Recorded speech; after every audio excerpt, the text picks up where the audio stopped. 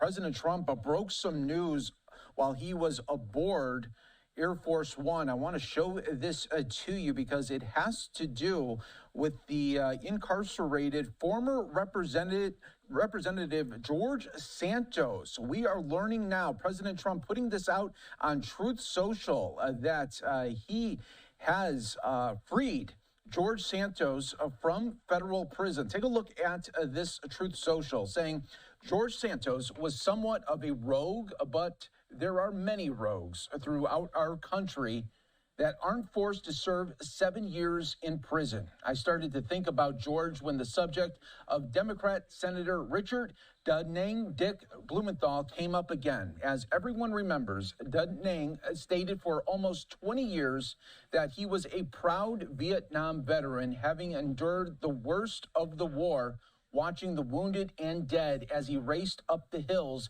and down the valleys, blood streaming from his face. He was a great hero. He would leak to all, and all would listen. And then it happened. He was a complete and total fraud.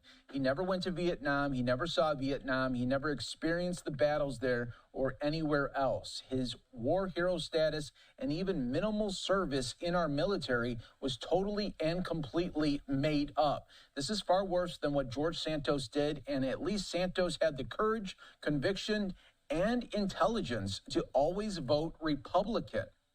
George has been in solitary confinement for long stretches of time and by all accounts has been horribly mistreated. Therefore, I just signed a commutation releasing George Santos from prison immediately.